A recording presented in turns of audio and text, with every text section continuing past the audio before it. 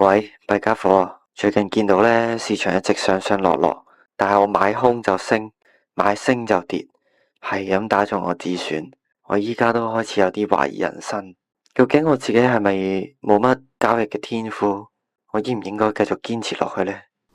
唔知大家係咪都試過喺交易入邊經常迷失方向，睇唔明市場做緊啲乜嘢，但係又好驚錯過行情，搞到自己荒謬，不斷情緒交易。唔理任何計劃分析就衝咗入場，跟住仲越輸越多。其實你只係未識得觀察市場上嘅方向，更加未識得用市場結構嚟做你嘅方針。一旦你學識咗點樣去睇呢個結構，荒謬就會即刻減少咗80%，因為你終於知道依家應該買多買空，定係坐定定喺度乜都唔使做。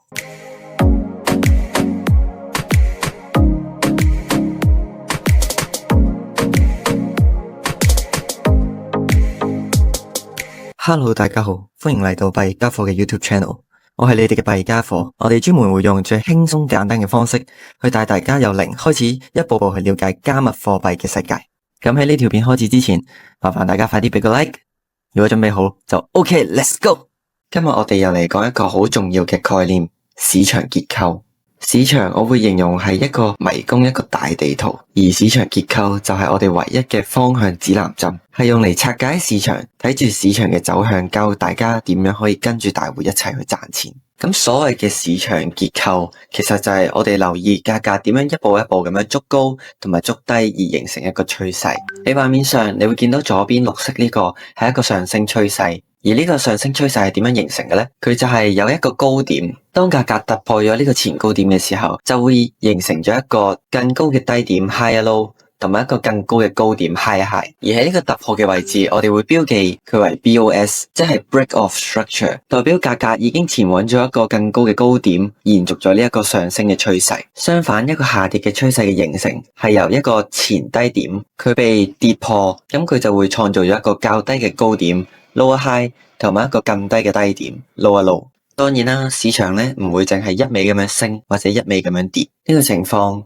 當明明係一個上升趨勢，佢創造咗一個 high high 更高嘅高點，理論上佢要延續趨勢，佢就要創造一個更高嘅低點 high low。但呢件事冇發生到，反而喺 high low 嘅呢個位置，佢跌破咗，創造一個 lower low。咁呢個情況下，我哋就會將呢個位置標記為 Choch，即係代表 change of character， 亦即係我哋所講嘅結構改變。結構由一個上升趨勢轉變為一個下跌趨勢，或者由一個下跌趨勢轉變成一個上升趨勢。除咗上升結構同埋下跌嘅結構之外，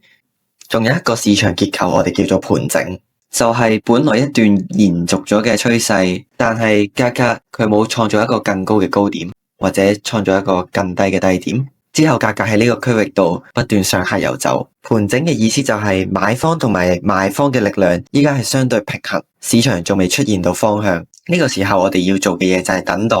等待市場，睇下佢想係走邊一邊嘅方向。佢可以係咁樣跌破，然之後呢度打咗個 Choch， 然後延續一個下跌嘅趨勢，又或者佢呢度向上進攻，繼續延續佢原本來嘅上升趨勢。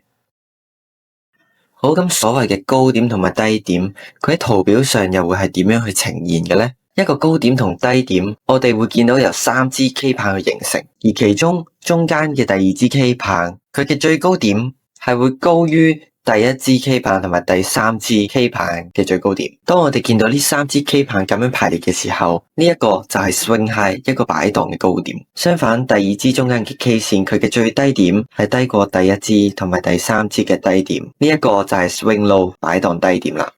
如果你都想提升你嘅交易技巧，或者揾緊一個好嘅學習環境、好嘅學習群組，其實你並不孤單。即刻 scan 畫面上嘅交曲，加入我哋。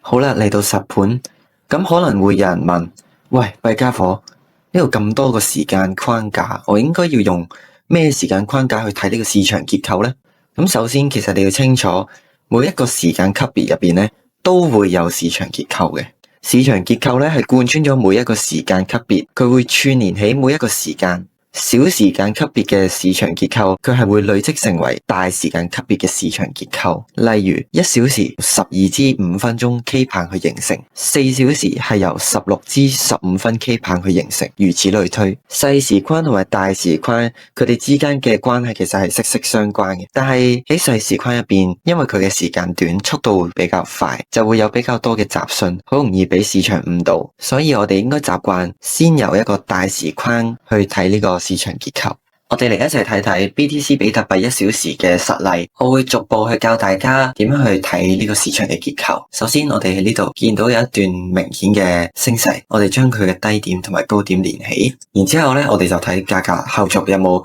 去突破呢一個高點啦，或者跌破呢一個嘅低點嘅。我哋喺呢個高點右手邊拉過嚟，我哋見到價格咧係突破咗呢個高點，咁我哋就要喺呢個區域入邊咧去揾有冇一個有效嘅擺檔低點，我哋嘅 swing low 啦。咁我哋發現咧喺呢度咧見到一個第二支 K 棒，佢係低過第一支同埋第三支 K 棒，咁佢就係一個有效嘅低點啦。我哋就將佢連起，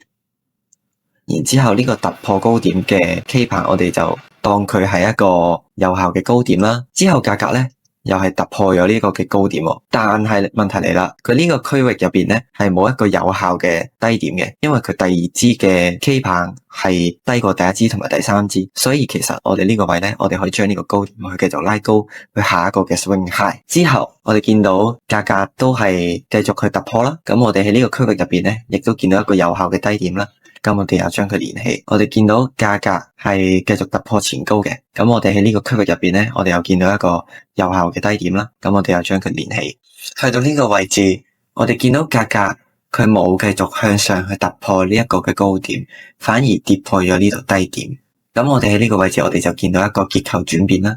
如果想令自己更加清晰啲咧，可以將呢啲趨勢線變成綠色，會知道我哋呢度係一個上升嘅趨勢。好，繼續。咁我哋就見到咧，價格跌破咗呢個前低點，呢個市場結構開始轉變啦。咁我哋就繼續睇落去，睇下結構有冇延續到。咁我哋見到啦，價格之後呢度咧都係繼續去跌破咗一個前低點，所以我哋又喺呢個區間入邊咧去揾睇下有冇一個有效嘅高點啦。咁我哋呢度見到呢度係有一個有效嘅 swing high 嘅，我哋將佢連起，然後去到呢個位置，我哋見到喺我哋呢個低點右手邊價格未觸碰到啦。高點嘅右手邊價格都係未觸碰到啦，咁呢個時候我哋就可以去留意翻我哋啱啱標記出嚟嘅市場結構係點樣嘅情況。我哋可以見到啦，原本呢度係一個上升嘅趨勢，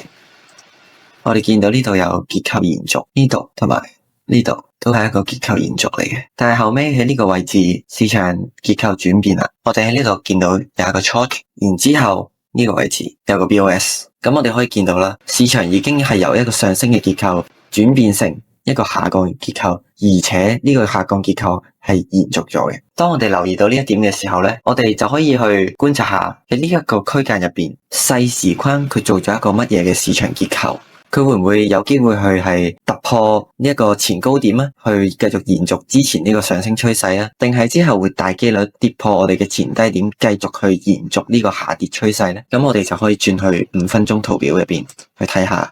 喺呢個5分鐘圖表入邊咧，首先我哋又係去揾一段明顯嘅趨勢先。我哋見到呢度有一段明顯嘅趨勢，我哋將佢嘅低點同埋高點標記出嚟。然後價格喺呢個位置佢突破咗前高，喺呢個範圍入邊咧，又有一個有效低點，我哋將佢連起。